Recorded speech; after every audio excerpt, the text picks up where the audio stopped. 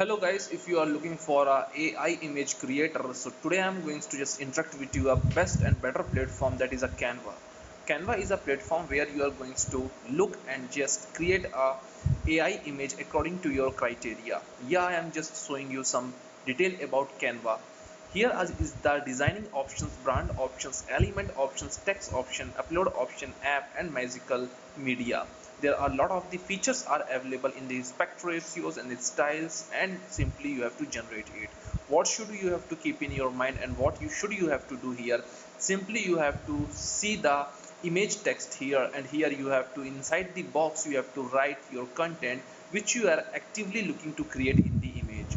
Simply you have to write all the content according to your scenario, and then you can see the options are going to appear below in the written box, and finally you are going to take this styles of the pics and set into the and drag towards the storyboard.